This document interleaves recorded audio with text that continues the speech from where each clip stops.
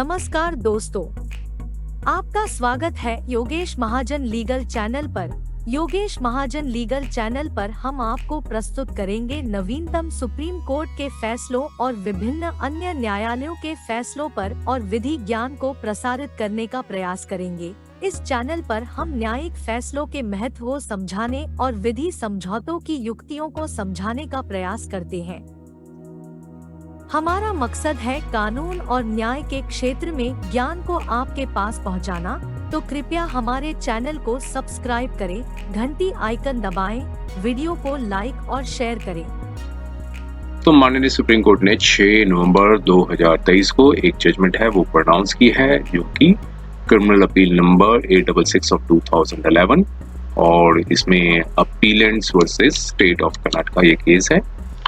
और इसमें जो अपीलेंट्स हैं उनको कन्विक्शन था, मींस सजा सुना दी थी हाई कोर्ट ने स्टेट की high court, Karnataka high court ने सजा सुना दी थी। और लेकिन जो ट्रायल कोर्ट ने इन सबको बरी कर दिया था, मींस एक्विटल कर दिया था, बरी कर दिया था।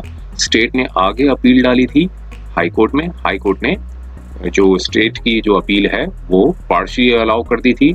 तो मींस कई अक्यूज थे, इसमें से जो कुछ 6-7 जो भी अक्यूज्ड हैं उनको जो ये अभी जजमेंट के कंटेंट्स देखेंगे उसमें पता चलेगा, कुछ अक्यूज्ड को सजा थी वो अवार्ड कर दी थी।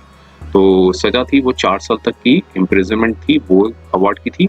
अब जो अक्यूज्ड हैं, मींस जो कन्विक्टेड हैं और जो अपीलेंट्स हैं, उन्होंने आगे ये अपील डाली माननीय सुप्रीम कोर्ट में। जिनको कन्विक्शन हो गया था उन्होंने आगे अपील डाली। तो आप देखते हैं इसमें क्या फैसला आया था। तो यहाँ पर एक गौर करने वाली बात थी कि माननीय सुप्रीम कोर्ट ने जो एनालिसिस किया है ये कुछ पार्ट्स में किया है। जो एविडेंसेस को जो कैटेगराइज किया गया है वो एक तो ऑक्यूलर एविडेंस, जो आंखों देखे एविडेंस होते हैं, डाइंग डिक्लेरेशन, जो मरने से पहले डिसीज्ड एक अपनी डिक्लेरेशन देता है, वो डाइंग डिक्लेरेशन को एविडेंस के तौर पे देखा गया है। और सर्कमस्टेंशियल एविडेंस को भी एनालाइज किया है इसमें, और रिकवरी ऑफ इंक्रिमिनेटिंग एविडेंसेस, और फिर मोटिव। ये सारे जो पार्ट्स हैं एविडेंसेस के, उसको माननीय सुप्रीम कोर्ट ने जो है एनालाइज किया है। और आइए अब इसके कंटेंट्स को देखते हैं हुआ क्या था और माननीय सुप्रीम कोर्ट ने क्या निर्णय दिया। लेकिन ये 46 पेज की जजमेंट है, तो थोड़ा सा हम इसे ब्रीफली समझने की कोशिश करेंगे। जहाँ पे 6 अपीलेंट्स हैं, मीन्स 6 लोगों को सजा थी वो हाई कोर्ट ने दी थी, और जजमेंट आई थी 2010 में, 21 सितंबर 2010। तो मीन्स इन 6 अपीलेंट्स ने हाई कोर्ट की 21 सितंबर 2010 की जजमेंट को चुनौती दी थी सुप्रीम कोर्ट में। और जो अपील जो थी वो स्टेट ने फाइल की थी। हाई कोर्ट में जो अपील थी वो स्टेट ने फाइल की थी against the acquittal. Means 29 accused थे, तो मींस टोटल 29 अक्यूज थे। उनको जो है ट्रायल कोर्ट ने बरी कर दिया था, मींस एक्विट कर दिया था। स्टेट ने आगे अपील डाली थी, तो हाई कोर्ट ने 6 अक्यूज्ड अपीलेंट्स को, मतलब जो अक्यूज 6 थे उनको सजा सुना दी थी। बाकी सारे जो रिमेनिंग अक्यूज थे उनको छोड़ दिया था, उनको उनकी जो एक्विटल था उनको कंफर्म कर दिया था। तो जो ट्रायल चला था वो एडिशनल सेशन जज की कोर्ट थी, वहाँ चला था, फास्ट ट्रैक कोर्ट थी उसमें चला था। तो यहाँ पे जो जब ट्रायल, मतलब हाई कोर्ट ने जो है वो कन्विक्शन कर दिया था, जिसमें अक्यूज नंबर 1 to A5 और 8-7 है। ये 6 अक्यूज्ड हैं, उनको जो है कन्विक्शन कर दिया था। तो सजा जो सुनाई थी वो अंडर सेक्शन 143, 144, 146, 147, 148। तो ये सारे प्रोविजन जो हैं वो एक अनलॉफुल असेंबली से रिलेटेड है और पनिशमेंट फॉर द राइटिंग के लिए हैं। ये सारे जो प्रोविजंस बनाए गए हैं। 324 जो है वॉलंटरी कॉजिंग हर्ट जो बाय डेंजरस वेपन्स, इसमें जो सजा है वो 2 साल तक की होती है। लेकिन voluntary causing hurt by voluntary causing grievous hurt, तो वो सेक्शन 326 है, इसमें सजा जो है वो 10 साल तक की होती है। 504 और 506 क्रिमिनल इंटिमिडेशन से रिलेटेड है। तो इसमें जो है जो पनिशमेंट थी वो 4 साल तक की जो पनिशमेंट थी वो अवार्ड की थी 6 अक्यूज्ड को, और फाइन भी 5000 रुपए का जो जुर्माना भी लगाया था। अब फैक्ट्स के ऊपर आते हैं। फैक्ट्स क्या थे? 1997 में 6 अगस्त 1997 की जो घटना थी, जिसमें डिसीज थे और उनके जो ब्रदर्स हैं, वो उन्होंने अपनी जो गवाही दी थी as a prosecution witness 4, prosecution witness 5, prosecution witness 10, and prosecution witness 2। तो उन्होंने कहा कि जो डिसीज्ड थे, जिनमें एक जो डिसीज्ड है उनको, वो तो चूंकि उनकी डेथ हो गई थी तो वो प्रोसिक्यूशन विटनेस के तौर पे नहीं खड़े हुए, तो खड़े हो सकते हैं। तो इसलिए जो ब्रदर्स थे, जो वो PW2, PW5, PW4 और PW10, ये जो बता रहे हैं कि खेतों में गए थे, खेत में जा रहे थे, तब सारे एक्यूज्ड हथियार लिए, आयरन की छड़ी, चॉपर्स लिए सामने आए, उनको धमकी दी। फिर उसके बाद P2, P4, P5 और P10, ये 4 जो ब्रदर्स थे उनके, वो भागने में सफल हुए, लेकिन जो डिसीज थे, जब वो भाग रहे थे उनको असॉल्ट कर दिया। 3 जो अक्यूज्ड हैं, उन 3 अक्यूज्ड ने उनको असॉल्ट कर दिया, A1, A2 and 3 iron rod से और स्टील एज वेपन चॉपर है उससे। मेडिकल ट्रीटमेंट एडमिनिस्टर किया गया एक जनरल हॉस्पिटल है बाय जो डॉक्टर थे, उन्होंने डॉक्टर हैं जो उनको PW1 बनाया गया, जिन्होंने पहले प्राथमिक उपचार दिया था। तो और पुलिस को भी उन्होंने इन्फॉर्म किया था।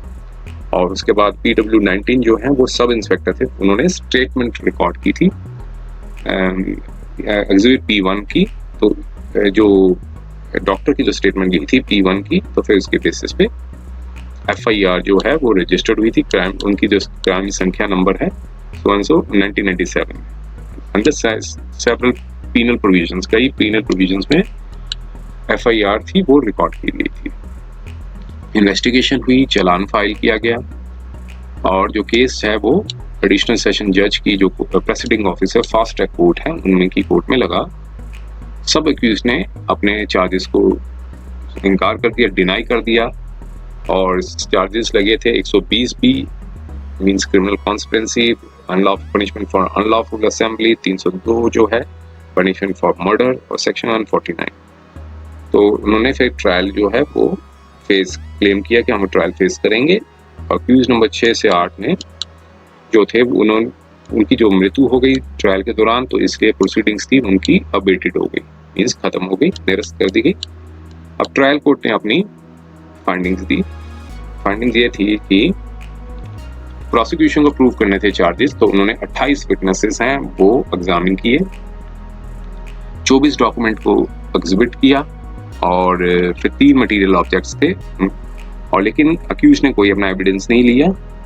और 5 विटनेसेस लेकर आए, जिन्होंने जो प्रोसिक्यूशन के जो वर्जन थे P4, P5 और P15, P17 और P13, इनके वर्जन को कॉन्ट्रडिक्ट किया, और जिसमें से P4 और P5 जो है वो ब्रदर्स थे, तो इनको कॉन्ट्रडिक्ट किया। अब यहाँ पर बताया है कि जो एविडेंस थे वो 5 हेड्स में डाले गए थे। ऑकुलर, जो आंखों देखे वाले हैं, डाइन डिक्लेरेशन, जो मरने से पहले, मरने के से पहले जो स्टेटमेंट रिकॉर्ड की जाती है डिसीज्ड की, तो उसे डाइन डिक्लेरेशन, सर्कमस्टांशियल एविडेंस, और जो बरामदगी हुई रिकवरी ऑफ इंक्रिमिनेटिंग मटेरियल, और मोटिव क्या था, ये इसको भी एक एविडेंस के तौर पर देखा गया। अब विटनेसेस थे P2, P3 और P15, जो कि आई विटनेसेस थे। P2 और P15 ने सपोर्ट नहीं किया इस प्रोसिक्यूशन के केस को। P2 ने कहा कि उन्होंने अपने फैमिली मेंबर से सुना डिसीज्ड के बारे में, और कि डिसीज्ड ने कई इंजरीज सस्टेन की है, और वो फिर उन्होंने पाया कि उनकी जो डिसीज की मृत्यु हो गई है। PW3 ने बताया, PW3 ने अपनी डिपोजिशन दी कि उन्होंने अक्यूज्ड पर्सन्स को देखा था कि वो डिसीज्ड को असॉल्ट कर रहे हैं, और ये वही थे कि जिन्होंने डिसीज्ड को बाद, जब असॉल्ट के बाद यूकलिप्टस ट्रीज जो लीव्स थी, जो खेत थे PW11 के, उसके बाद उनको डिसीज्ड को वहां पर लिटाया था। P50 ने ये कहा कि डिसीज जो है वो southern side of eucalyptus plantation पे पर डिसीज्ड जो है वो पड़े हुए थे, और P2, P4 और P5 में भी प्रेजेंट थे। और P15 ने डिपोज किया कि अक्यूज पर्सन्स के हाथों में हथियार थे और वो गार्डन की तरफ जा रहे थे, लेकिन फिर उन्होंने उसका अक्यूज्ड का फॉलो किया, चेस किया, मींस पीछा किया, और डिसीज्ड को उन्होंने असॉल्ट किया, जो अक्यूज्ड पर्सन हैं। तो ये कॉन्फ्लिक्ट का पॉइंट आ गया कि अक्यूज्ड जो थे, जो स्टेटमेंट PW3 ने दी थी, तो उन्होंने डिसीज्ड को यूकलिप्टस फील्ड्स पे PW11 के यूकलिप्टस फील्ड पे गिराया था, और या फिर P15 जो कह रहे हैं उन्होंने कहा था। कोई भी विटनेस ने इस बारे पे डिपोज नहीं किया। P15 ने अपनी स्टेटमेंट दी और अब ट्रायल कोर्ट ने इसलिए पॉपुलर एविडेंस के ऊपर रिलाई नहीं किया और डाइंग डिक्लेरेशन के बेसिस पे ये ऑब्जर्व किया कि जो एविडेंस है तो वो P90 ने जो रिकॉर्ड किया था, जो सब इंस्पेक्टर थे वो उन्होंने रिकॉर्ड नहीं किया था। क्रॉस एग्जामिनेशन में निकल के आया कि एक स्टाफ मेंबर थे जिन्होंने रिकॉर्ड किया था, उसे उनको ना तो एग्जामिन किया गया विटनेस के तौर पे, और जो सब इंस्पेक्टर थे उन्होंने उनकी स्टेटमेंट को भी इंडोर्स नहीं किया।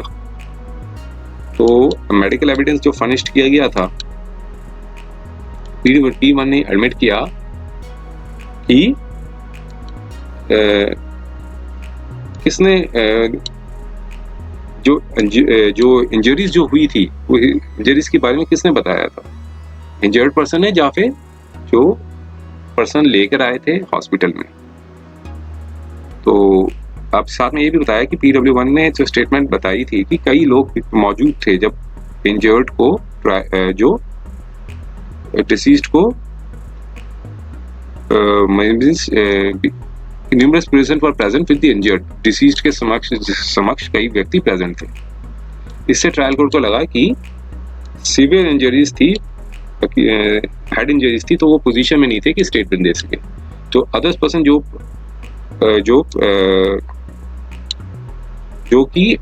प्रेजेंट थे उन्होंने अपनी नेसेसरी डिटेल्स बताई थी। सर्कमस्टेंशियल एविडेंस पे ये इंडोर्स किया कि मतलब ये बताया कि PW2 ने किसी को इम्प्लीकेट नहीं किया, कि उन्होंने कि बताया कि मॉब अप्रोचिंग द फील्ड्स 6 अगस्त 1997 में ये मॉब आया था, लेकिन PW15 ने डिपोज किया कि डिसीज्ड को यूकलिप्टस लीव्स में इंजर्ड स्टेट्स पे पाया मींस रखा गया।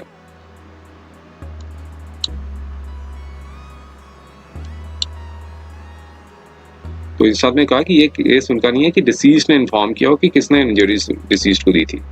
तो ट्रायल कोर्ट ने ये फॉल्सिटी को ऑब्जर्व किया और P4, P5, P6, P7 के जो एविडेंस थे जिन्होंने बताया कि अक्यूज ने असॉल्ट किया है, तो इस चीज को कोर्ट ने पाया कि ये गलत है, मींस फॉल्सिटी, मींस इसमें एविडेंटरी वैल्यू नहीं है। PW3 और P13 के ही जो एग्जामिनेशन था उससे ही पता चला, उनका ही कंडक्ट से रिफ्लेक्ट नहीं करता है कि ऑर्डिनरी प्रूडेंट मैन जो है वो गांव में नहीं जाएगा और या फिर रेस्क्यू करेगा डिसीज्ड को, लेकिन यहाँ पर बताया कि उन्होंने कि बल्कि गांव वालों को बुलाया कि हाइडिंग प्लेस पे यहाँ पे आके छिप के नजारा देखो, और तो इसमें सारा कहा कि कोर्ट ने इसमें कोई जो है उसकी कंडक्ट को ठीक से नहीं माना, और साथ में फाइनली अपना यह ओपिनियन दिया कि अनएरिंगली, कॉन्जेनिटली और पॉजिटिवली कोई भी ये सर्कमस्टांसेस जो है वो प्रूव नहीं कर पाए इस बेसिस पे। और फिर जो रिकवरी थी वेपन्स की, वो A10 जो बताई गई थी कि अक्यूज ने A10 जो अक्यूज है A3, A5, A6 और A7 ये सब रिकवर हुए। अब आयरन रॉड जो हुई वो A1 और A2 ने जो बताया था, जैसा जो डिस्क्रिप्शन बताया था पुलिस, उससे बेसिस पे रिकवर हुई। और लेकिन यहाँ पर कोर्ट ने यहाँ पर डाउट किया कि क्लब्स भी वहीं से रिकवर हुई, जो कि कॉमन एसेस था, कई लोगों के मतलब पब्लिक प्लेस था एक तरह का, और कई लोग वहां पर रिसाइड करते थे। तो जो क्लब रिकवर की गई, जिसकी वजह से एब्रेशंस, एडिशंस, कॉन्ट्यूशंस और लैक्रेशंस हुई थी, कोर्ट ने ये कंक्लूड किया कि इंक्रिमिनेटिंग एविडेंस भी किसी प्रकार का जो है वो असिस्टेंस नहीं दे सके। जो मोटिव था उसकी बात की और बताया कि एक डिस्प्यूट था वो हुआ था 4 अगस्त 1997 में बिटवीन प्रोसिक्यूशन विटनेस 4 और अक्यूज नंबर 1, 2, 4, 7, 8, 9, 11 एंड 12। एक ऑब्स्ट्रक्शन ऑफ द पाथवे था, उसके रिगार्डिंग में एक जो है वो डिस्प्यूट था, जिसकी वजह से क्रिमिनल प्रोसिक्यूशन हुआ अगेंस्ट द पर्संस। लेकिन उसके बाद भी एक्विटल ही हुआ। तो यहाँ पर कोर्ट ने पाया कि जो मोटिव था वो एब्सेंट था। और दो अदर एस्पेक्ट्स भी अर्ज किए गए थे on the behalf of the prosecution. एक तो बताया गया था कि place of occurrence of offence, दूसरा सेकंड जो बताया गया था कि delay in recording of the statement of ocular and circumstantial witnesses. दोनों ग्राउंड्स को देखते हुए कोर्ट ने कोई जो ठोस का कोई कारण नहीं पाया कि जो अक्यूज्ड पर्सन के ऊपर को गिल्ट किया जा सके या फिर उनको सजा दी जा सके। अब इसके बाद जो कोर्ट ने सारे अक्यूज्ड पर्सन्स को एक्विटल कर दिया। इसके बाद स्टेट ने आगे अपील डाली। एग्रीवेट बाद एक्विटल होने के बाद हाई कोर्ट में अपील डाली। हाई कोर्ट की ये फाइंडिंग्स ये थी कि डिसीज ने स्पेसिफिकली नाम दिया है सर्टेन एक्यूज्ड का और उनके स्पेसिफिक रोल भी बताए हैं। तो एविडेंस को अप्रिशिएट करने के बाद सबमिशंस जो काउंसिल की जो अक्यूज्ड की सबमिशंस को भी देखने के बाद ये बताया गया कि जो डॉक्टर जो ने सर्टिफाइड नहीं किया था डिसीज्ड को कि वो स्टेटमेंट दे सकते हैं, और लेकिन अब कोई फिटनेस सर्टिफिकेट ऑफ फिटनेस नहीं होने की वजह से तो डिक्लेरेशन जो है उस पर रिलाई नहीं किया जा सकता है। ये डाइन डिक्लेरेशन थी क्योंकि जो डिसीज थे जो जाने मतलब मृत्यु से पहले उन्होंने कोई जो सर्टिफिकेशन ऑफ द फिटनेस होता है डॉक्टर द्वारा वो नहीं दिया गया था। तो इसलिए कोर्ट ने कहा कि उस पर जो हाई कोर्ट ने कहा कि इस पे डिक्लेरेशन पर रिलाई नहीं किया जा सकता है। और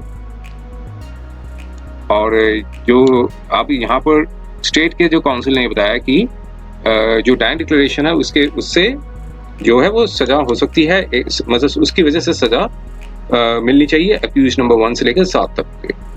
और हाई कोर्ट ने अपनी ऑब्जर्वेशन बताई कि डाइन डिक्लेरेशन जो था वो क्लियर केस बनता है। अक्यूज नंबर 1 से 7 तक के जो अक्यूज हैं उनको क्लियर केस बनता है। और जो इंजरीज सस्टेन की गई थी, जो मृतक था उनकी जो इंजरीज उनको हुई थी, जो नरेशन बताया गया था इंसिडेंट का, जो प्रोसिक्यूशन विटनेस 19 और डॉक्टर थे जो PW1, उन्होंने सर्टिफाई कर दिया था कि जो डिसीज्ड है वो फिट कंडीशन फिट कंडीशन है उनकी स्टेटमेंट देने के लिए। और डाइन डिक्लेरेशन जो था डिसीज्ड का वो कॉरपोरेट भी कर रहा था, उसको कॉरपोरेट भी किया प्रोसिक्यूशन विटनेस 3 और प्रोसिक्यूशन विटनेस 4 और 5 ने। इन सब ने जो डाइन डिक्लेरेशन था उसको जो है कॉरपोरेट किया। अब सबमिशंस थी learned council for the accused की इंजरीज, और फिर इसके बाद सबमिशंस ये थी अक्यूज्ड की कि जो इंजरीज हुई हैं डिसीज्ड को वो नॉन मल्टीपल पार्ट्स पे हुई है, तो इसलिए कोई इंटेंशन नहीं थी कि अक्यूज्ड की, और उससे इन्फ्रेंसेस निकाला जा सकता है कि जान से मारने की कोई इनकी मंशा नहीं थी। तो हाई कोर्ट ने अपनी विजडम से जो अक्यूज्ड हैं उनको 304 पार्ट 2 के अंदर रिगरस इम्प्रिजनमेंट की सजा सुनाई। 302 में नहीं सुनाई, जो 304 पार्ट 2 में जिसे कहते हैं culpable homicidal not amounting to murder means गैर इरादतन हत्या की जो दफा थी उसमें उनको सजा सुनाई। और चार्ट ये बता रहा है ये सारे अक्यूज्ड थे उनके जो स्टेटस क्या था, उससे ट्रायल कोर्ट ने एक्विटल कर दिया और 1 से लेके 7 तक के जो अक्यूज्ड हैं उनको सजा सुना दी 4 साल तक की रिगरस इम्प्रिजनमेंट, जबकि ट्रायल कोर्ट ने सबको एक्विटल कर दिया था। यहाँ से आप देख सकते हैं सबको एक्विटल कर दिया था, लेकिन जो सजा थी हाई कोर्ट ने 304 पार्ट 2 के अंदर सुना दी, जिस 4 साल की सजा थी। और जिनमें एक की तो मृत्यु हो गई थी 6ठे नंबर पे और 8वें नंबर पे, और बाकी सबका जो स्टेटस था, बाकी जो 29 अक्यूज थे, बाकी सबके जो रिमेनिंग जो अक्यूज थे उनको हाई कोर्ट ने क्विट कर दिया। अब यहाँ पर फाइनली सुप्रीम कोर्ट में आए तो यहाँ पर कोर्ट ने ये कहा कि जो डाइन डिक्लेरेशन था अक्यूज्ड का वो इन एडिशन था ऑकुलर एविडेंस और सर्कमस्टेंशियल एविडेंस के बेसिस पे। ऑकुलर एविडेंस जो उसे कहते हैं जो आंखों देखा जो चश्मदीद गवाह होता है, और सर्कमस्टेंशियल एविडेंस जो सर्कमस्टांसेस जो परिस्थितियों में जो एविडेंस सर्कमस्टांसेस में जो एविडेंस होता है उसके बेसिस पे, या कोई डायरेक्ट एविडेंस ना हो तो सर्कमस्टेंशियल एविडेंस के ऊपर जो है वो भी एविडेंस माना जाता है। अब डाइन डिक्लेरेशन था एग्जिबिट P1 का, जो कि P19 ने प्रूव किया था, जो कि एक मेन फाउंडेशन था प्रोसिक्यूशन के केस का। तो यहाँ पर कोर्ट ने कहा कि जब भी एडजुडिकेट करना है तो उसको एक अप्रिशिएट करना चाहिए प्रिंसिपल, डाइन डिक्लेरेशन के क्या महत्व है उसके प्रिंसिपल्स को एक बार जरूर देख लेना चाहिए क्या है बताया गया। अब जो डाइन डिक्लेरेशन की जो परिभाषा है वो सेक्शन 32 इंडियन एविडेंस एक्ट के अंदर बताई गई है। और यहीं पर नरेशन किया कोर्ट ने कि जो भी स्टेटमेंट देते हैं जो मृत्यु जिनकी मतलब हुई नहीं होती है मृत्यु से पहले जो स्टेटमेंट दी जाती है, स्टेटमेंट, रिटर्न, वर्बल, जो भी रेलेवेंट फैक्ट होते हैं पर्सन जो कि डेड है, और in other words dying declaration. तो प्रिंसिपल्स इसके कई बने हुए हैं जो कि प्रोनाउंसमेंट की गई है जजमेंट द्वारा।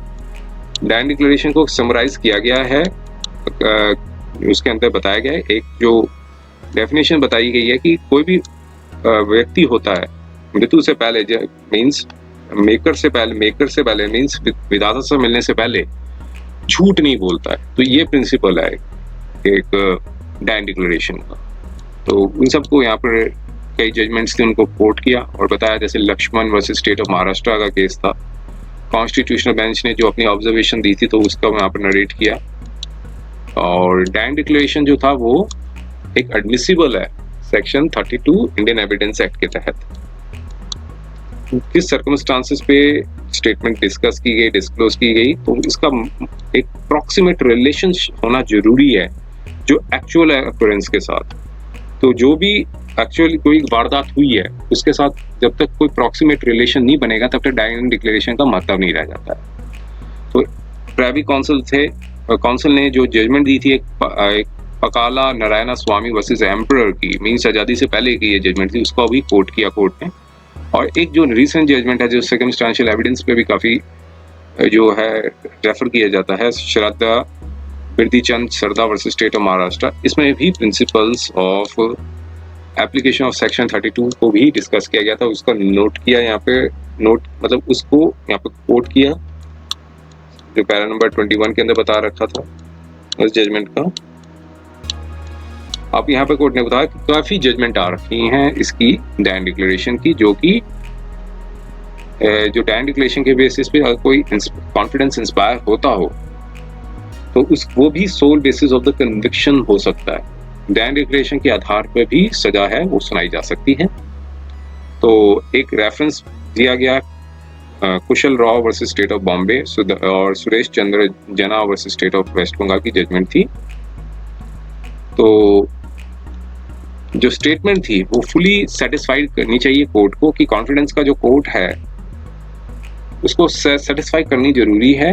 और पर्सन, क्योंकि जो पर्सन जो स्टेटमेंट देता है डाइंग डिक्लेरेशन का वो अवेलेबल नहीं होगा, कटघरे में तो आएगा नहीं कि क्रॉस एग्जामिनेशन के लिए या क्लैरिफिकेशन के लिए। तो इसके कई जजमेंट्स थी, इसके ऊपर कई जजमेंट्स थी, जैसे Madan versus state of Maharashtra की, Ram Bihari Yadav versus state of Bihar की। तो सारी जजमेंट्स को यहाँ पर नरेट किया कि डाइंग डिक्लेरेशन को जरूरी है कि वो कॉन्फिडेंस है वो इंस्पायर करे कोर्ट के माइंड में। तो एक वो जजमेंट थी paneer Selvam versus state of Tamil Nadu. तो कई यहाँ पे जजमेंट्स थी, उन सबको कोर्ट किया माननीय सुप्रीम कोर्ट ने। ये कई जजमेंट्स हैं, उन सबके हम डिटेल्स में नहीं जाते हैं क्योंकि काफ़ी ज़्यादा जजमेंट्स को यहाँ पर डाइंग डिक्लेरेशन के ऊपर कोर्ट किया था। और सारी जजमेंट्स देखिए कितनी जजमेंट्स हैं, उन सबको जो प्रिंसिपल्स थे यहाँ पर कोर्ट ने अपनी जजमेंट में बताया। तो सारे इस प्रिंसिपल्स को इस्टेब्लिश करने के बाद तो यहाँ पर कोर्ट ने कहा कि जो जब भी इस तरह के डाइंग डिक्लेरेशन को डील किया जाता है तो एक Irfan Naka versus state of UP की जजमेंट थी। जो प्रिंसिपल्स कॉल्ड आउट होते हैं कि from the complete gamut of consideration required on the part of the court कि deciding the weightage to be awarded to the dying declaration, कितना weightage जो है वो दिया जा सकता है। तो अब उसके बाद डाइंग डिक्लेरेशन के बाद ऑकुलर एविडेंस के ऊपर बताया कि ऑकुलर एविडेंस जो चश्मदीद गवाह होता है उसको कैसे उसको एनालाइज किया यहाँ पे कि जो टेस्टिमोनी जो देता है चश्मदीद गवाह वो मेन जो स्टेटमेंट कटघरे में आके देता है तो वो होली रिलायबल होनी चाहिए। 3 तरह की होती है, नॉट रिलायबल, पार्शियल मतलब रिलायबल और होली रिलायबल। अगर स्टेट कन्विक्शन करने के लिए उसकी स्टेटमेंट को होली रिलायबल होना बहुत जरूरी है, तो तभी वो सोल विटनेस पे एप्लीकेबल होगा। यहाँ पर फिर कोर्ट ने देखा कि जो ट्रायल कोर्ट ने जो स्टेटमेंट थी उस पर डिसबिलीव कर दिया था आई विटनेस की, और जो करेक्टनेस थी एक्शन की जो ट्रायल कोर्ट ने ये डिस्कस क्या किया उसके बारे में कहा कोर्ट ने कहा हम इसमें बाद में डिस्कस करेंगे। अब थर्ड था सर्कमस्टेंशियल एविडेंस का। जो लोकस क्लासिकस था वो शारदा बिरदीचंद सरदा का जो केस है वो कंसिडर जो कि अभी तक जो है वो फॉलो अप किया जा रहा है। एक रिसेंट जजमेंट आई थी कमल वर्सेस स्टेट की, इसमें भी शारदा चंद बरदा का बिरदीचंद शरद बिरदीचंद सरदा का जो केस है वो अप्लाई किया जा रहा है। तो ये सारी जजमेंट थी। अब consideration of by the court, सारी चीजें एविडेंस जजमेंट्स को डिस्कस किया, प्रिंसिपल्स क्या थे, अब कोर्ट ने उन सबको कैसे कंसिडर किया उसको इस पैरा में बताया कि पैरा नंबर 15 में देखिए। अब कोर्ट ने कहा कि जो डाइन डिक्लेरेशन है जो एक प्राइमरी बेसिस बनता है प्रोसिक्यूशन का, वो जो डाइन डिक्लेरेशन जो दी थी डिसीज ने उस सबको नरेट किया, एनालाइज किया यहाँ पे, और यहाँ पर फिर आगे देखा कि जो टेस्टिमनी दी जो PW1 जो डॉक्टर थे और पुलिस ऑफिसर थे जिन्होंने उन्होंने बताया कि डाइन डिक्लेरेशन थी उनकी प्रेजेंस में दी गई थी।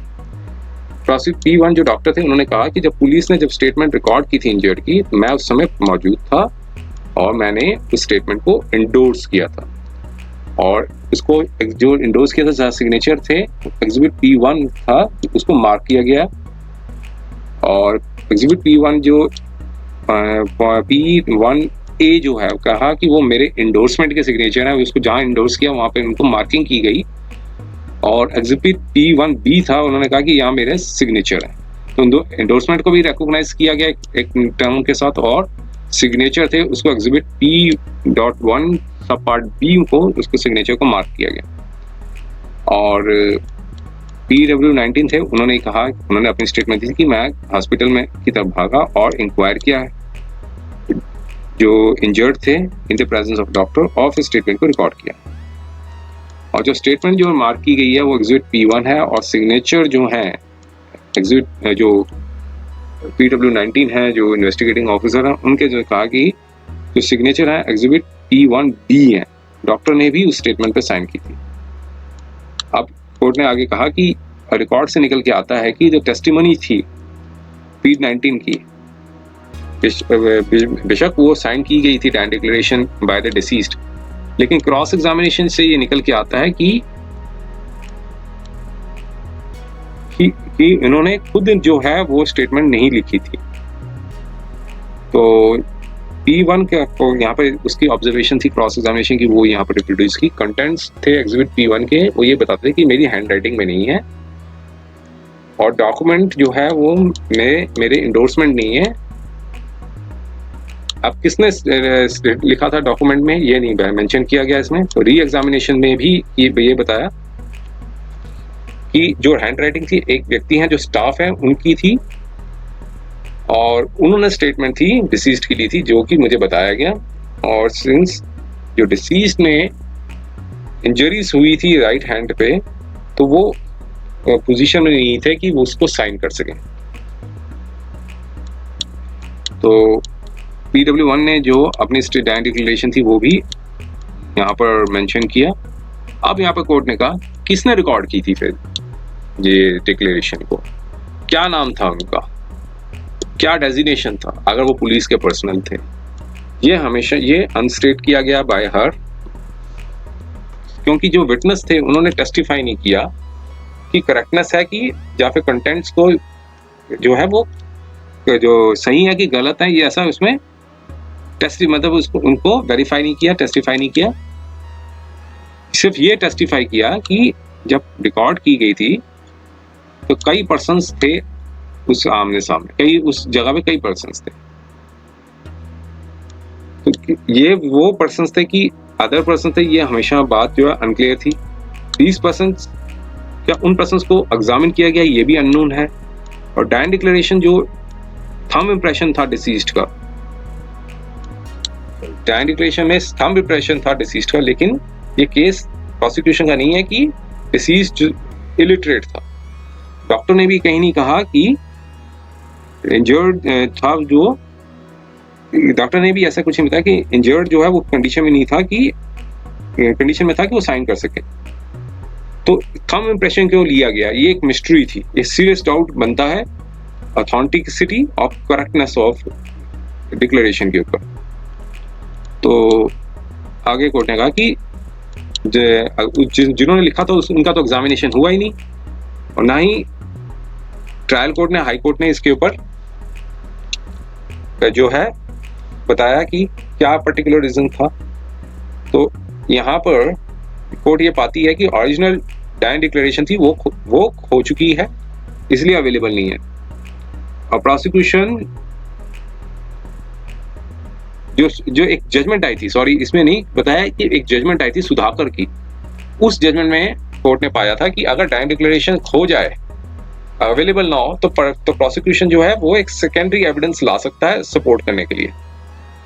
तो लॉजिक एक्सटेंशन था इसका कि अगर सब्सक्राइब जिन्होंने बनाया है वो जो भी रीजंस बियॉन्ड कंट्रोल हैं, या फिर इनकैपेबल हो जाएं, इनकैपेसिटेट हो जाएं, या फिर डेथ हो जाए, या अनअवेलेबल हो जाए, तो ये प्रोसिक्यूशन के पास हमेशा रहेगा कि सेकेंडरी एविडेंस जो है वो लेकर आए। तो यहाँ पर ना तो उनका एग्जामिनेशन हुआ, तो इसकी वजह से जो होल्डिंग्स थी गोविंद नारायण सुप्रा जजमेंट की, कंस राज, सुधाकर की, तो इससे केस उस सारे के प्रिंसिपल जजमेंट्स के प्रिंसिपल अप्लाई करने के बाद ये पाया कोर्ट ने कि ये डाउटफुल बनता है। तो इससे काफी ज्यादा फैटल ब्लो होगी प्रोसिक्यूशन के केस पे। और एक कॉमन प्रिंसिपल ट्राइनाइट इन लॉ है कि डायन डिक्लेरेशन जो है फ्री फ्रॉम ट्यूटरिंग होनी चाहिए, किसी ने उसको सिखाया पढ़ाया नहीं होनी चाहिए, ना ही कोई word of product of imagination होनी चाहिए। तो ये निकल के आया कि PW1 ने ये बताया कि डायन डिक्लेरेशन जब हुई थी कई पर्सन्स प्रेजेंट थे, तो ये भी हो सकता है कि मतलब ये कैटेगरी रूल आउट कि जो स्टेटमेंट जो दी गई थी डिसीज द्वारा, क्या वो उसे ट्यूटर्ड तो नहीं थी, या फिर उसको पिलाया फुसलाया गया हो।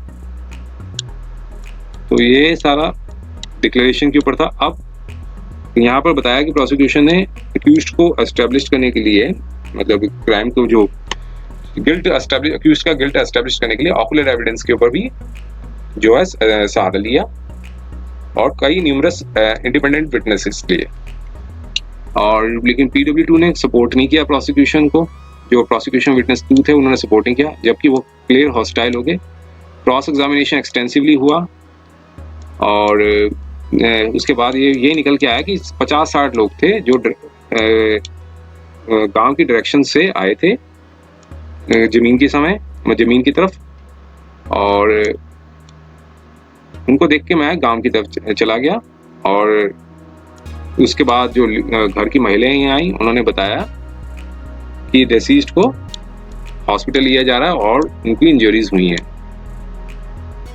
तो उन्होंने डिनाई किया कि उन्होंने कोई थंब इम्प्रेशन या सिग्नेचर थंब इम्प्रेशन दिया जो कि डॉक्यूमेंट्स प्रिपेयर किए थे पुलिस ने। तो ये भी कोई प्रूफ नहीं हो पाया साइंटिफिक एविडेंस से। कि जो टेस्टिमनी थी P9 की, जो कि मदर थी डिसीज्ड की, उन्होंने बताया कि हॉस्पिटल में डिसीज्ड ने इन्फॉर्म किया था कि अक्यूज्ड पर्सन्स थे जिन्होंने उन्हें मारा, बीटन एंड मारा और जख्मी किया था।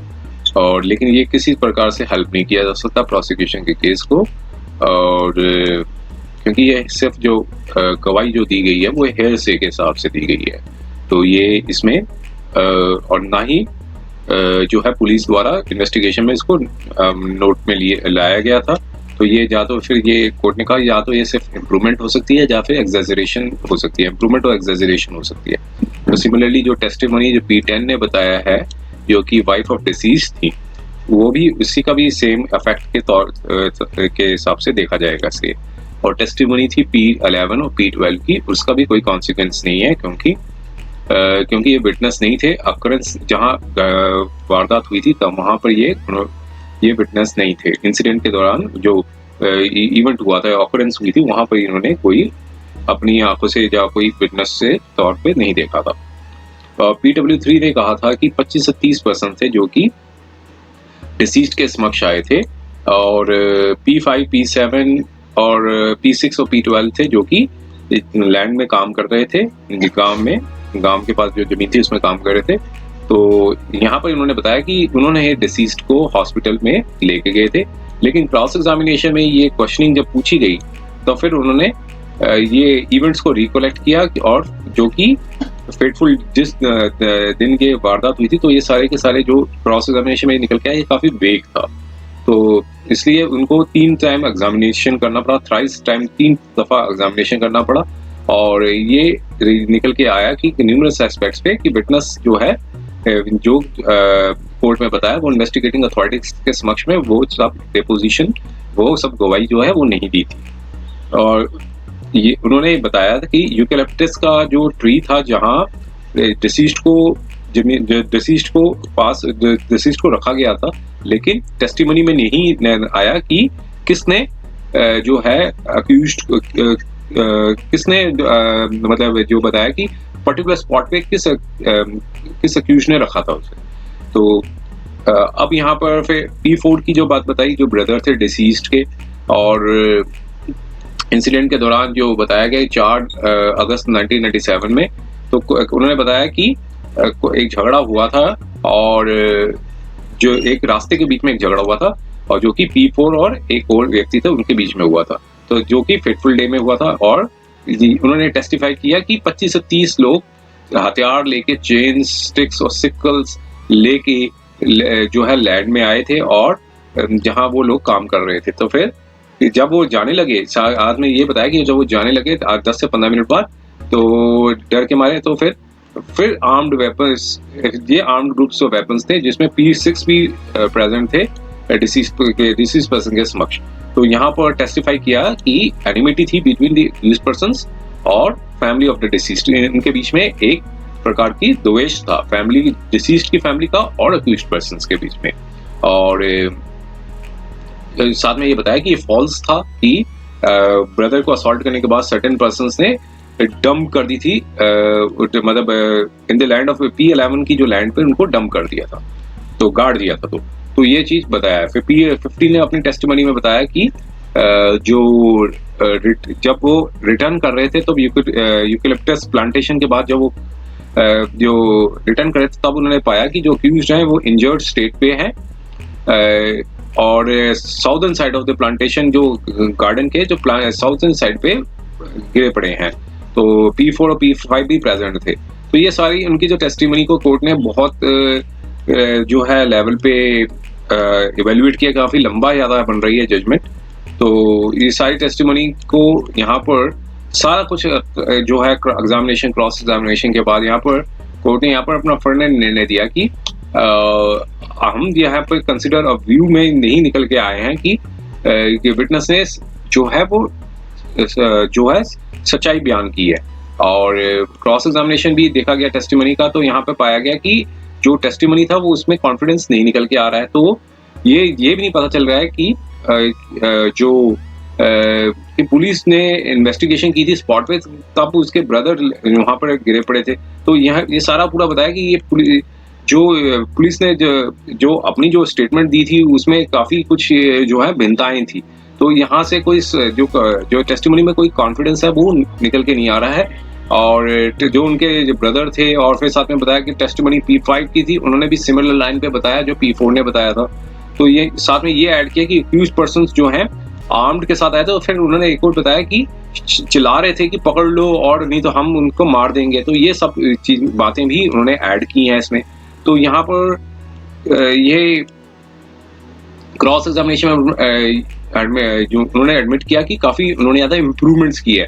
तो ये इस बात का भी उनके बारे में जानकारी नहीं थी कि जब वो अक्यूज्ड जो है गांव की तरफ जा रहे थे तब वो हथियार रखे हुए थे उन्होंने जो उन्होंने लेकर आए थे। तो ये जो वर्जन भी बताया उन्होंने कि ये सेल्फ कॉन्ट्रडिक्टरी है, बट जो कि कॉन्ट्रडिक्टरी खुद के साथ भी सेल्फ कॉन्ट्रडिक्टरी है, बल्कि जो दूसरे विटनेसेस हैं उनके साथ भी कॉन्ट्रडिक्टरी कर रहा है।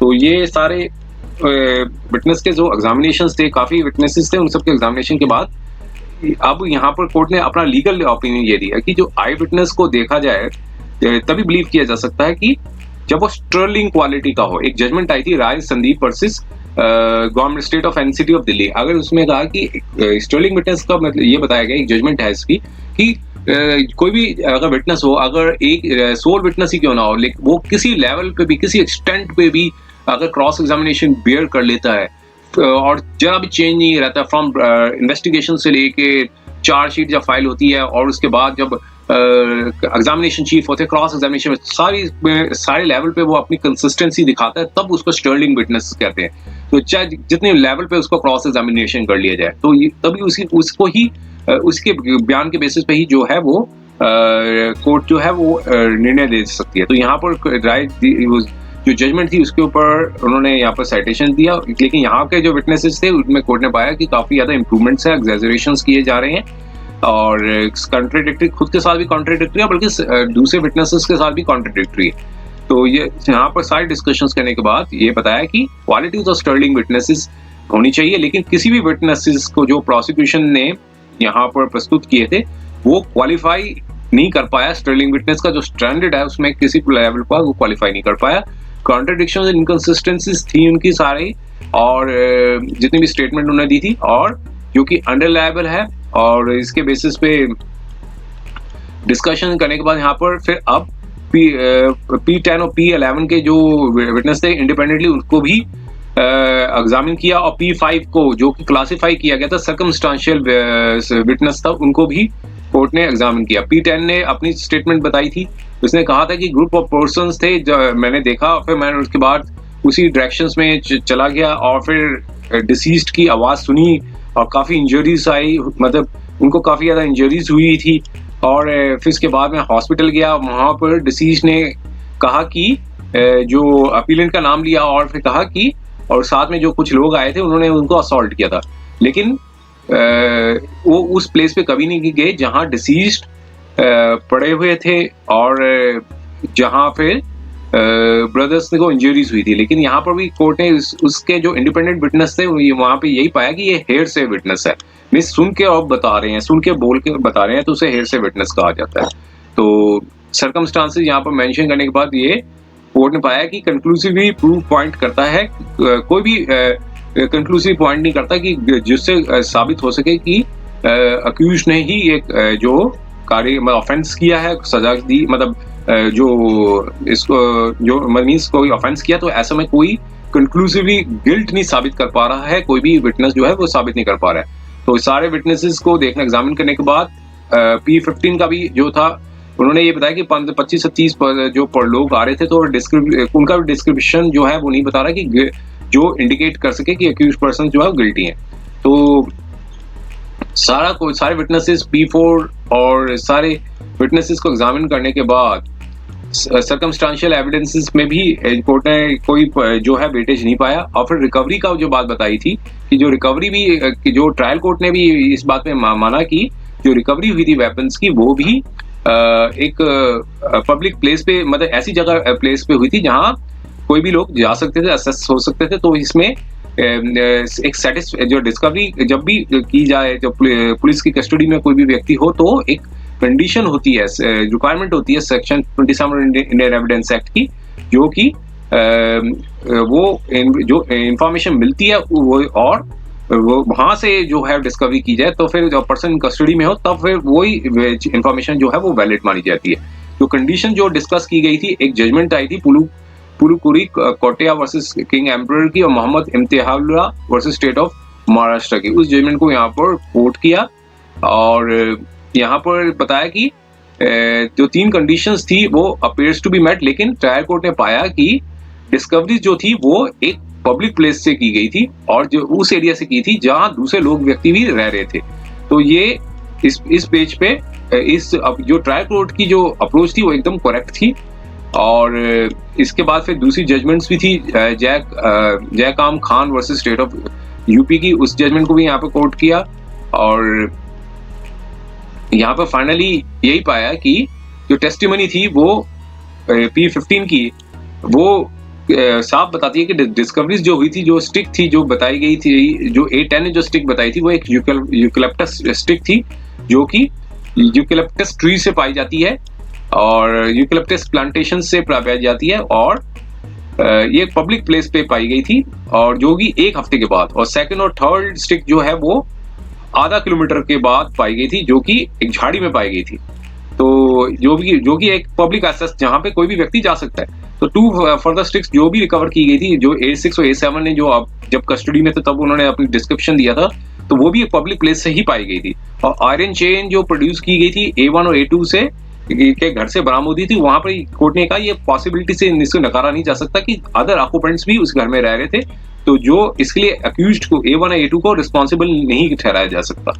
और अब यहाँ पे कहा कि जो स्टिक्स थी, बैम्बू और अदरवाइज जो कॉमन प्लेस विलेज पे थी, तो ये सारी जो बताई गई हैं, जो ऑब्जेक्ट्स हैं, जो असॉल्ट वेपन्स जो बताए गए हैं, वो वहां से पाए गए हैं जो पब्लिक एसेस था। तो ये इससे अक्यूज्ड का जो गिल्ट है वो साबित नहीं होता है इसमें। और कंक्लूजन्स देने के बाद कोर्ट ने फाइनल कंक्लूजन ये दिया कि जो डैन डिक्लेरेशन था वो सब्सटेंशियल पीस ऑफ एविडेंस जरूर होता है, लेकिन वो जो निगेटरी हो जाता है, मींस उसका अर्थ खत्म हो जाता है कि जब जो डिक्लेरेशन जो है जिन्होंने रिकॉर्ड करवाया उसको एग्जामिन ना किया जाए, और ना ही पुलिस ऑफिसर ने जिन्होंने इंडोर्स किया था उस डॉक्यूमेंट को, तो जिन्होंने डिटेल्स नोट डाउन किए थे, तो ये समझ निकल के आता है कि किसके फ्रंट में, किसके समक्ष में जो है ये लिया गया था डैन डिक्लेरेशन। सर्कमस्टेंशियल एविडेंस जो पाए गए हैं वो भी हाइपोथेसिस ऑफ गिल्ट जो है अक्यूज्ड का नहीं साबित कर पा रहे हैं, और कोई भी जो विटनेस है जो ट्रायल कोर्ट के समक्ष आए थे वो पर्टिकुलर रोल क्या था अक्यूज्ड का वो भी नहीं साबित कर पाए हैं। और लेकिन जो A1 to A5 और A7 जिनकी जो बेगुनाही थी वो ओवरटर्न कर दी थी हाई कोर्ट द्वारा। तो यहाँ पर कंसिडर व्यू करने के बाद ये पाया कि जो ट्रायल कोर्ट में पॉसिबल व्यू था कि ट्रायल कोर्ट के जजमेंट में कोई एरर नहीं था, वो करेक्ट थी, क्योंकि सब एविडेंस को एप्रिशिएट करने के बाद ली गई थी। हाई कोर्ट ने बिना कोई किसी कॉजिनेंट रीजंस के जो है उनकी ट्रायल कोर्ट की फाइंडिंग्स पे इंटरफेयर किया है, और इसलिए जो जजमेंट पास की गई थी उसको अकॉर्डिंगली अलाउ कर दिया और हाई कोर्ट के ऑर्डर जजमेंट को उसको सेट असाइड कर दिया। अब आगे बताया कि जो क्रिमिनल अपील थी जो 378 CRPC में डाली गई थी, तो इसलिए हाई कोर्ट ने जो एलिगेशंस को सिवियरिटी को अप्रिशिएट नहीं किया, तो कोर्ट ऑफ अपील को की रिस्पॉन्स को जरूरी होता है कि जब भी जजमेंट ऑफ एक्विटल को ओवरटर्न कर रहे हैं तो एक बहुत ज्यादा विजिल होना, सर्कमस्पेक्ट होना चाहिए। टाइम आ गया है कि वेरी कंपेलिंग रीजंस हो, बहुत एक जजमेंट आई थी इसमें कि वेरी कंपेलिंग रीजंस हो तभी उसमें ऑर्डर ऑफ एक्विटल को ओवरटर्न करना चाहिए। तो इसलिए जो है एडिशनल सेशन जज का जो ऑर्डर था ऑर्डर ऑफ एक्विटल का, उनको रिस्टोर कर दिया, और जो सेंटेंस अवार्ड की थी हाई कोर्ट द्वारा 304 पार्ट 2 के अंदर जो उसमें 4 साल की सजा दी थी, और फिर साथ में जो एप्लीकेशन ऑफ द एग्जामिशन थी फॉर द सरेंडर थी, फॉर जो कि डिसअलाउ कर दी थी कोर्ट ने, क्योंकि अपीलेंट्स ने ऑलरेडी जो सेंटेंस है वो अवार्ड की थी, वो सजा काट ली थी। तो इस ग्राउंड्स पे इंट्रोलोकेटरी एप्लीकेशन थी, उसी हिसाब से उनको डिस्पोज कर दिया सब। ये जजमेंट थी 6 नवंबर 2023। उम्मीद है कि यह वीडियो आपको पसंद आया होगा। अगर आपने अभी तक हमारे चैनल को सब्सक्राइब नहीं किया है तो कृपया इसे सब्सक्राइब कर ले और बेल आइकन दबाकर नोटिफिकेशन प्राप्त करें ताकि आप हमारे नए वीडियो से अपडेट रह सकें। अगर आपको यह वीडियो पसंद आया हो तो कृपया लाइक करें और अपने दोस्तों के साथ शेयर करें। हमारे चैनल पर आपको न्यायिक मुद्दों, कानूनी सलाह और कानूनी अपडेट्स के बारे में नवाचारिक और महत्वपूर्ण जानकारी मिलेगी। हमारे साथ बने रहें, क्योंकि योगेश महाजन लीगल आपके कानूनी सवालों का सहायक है।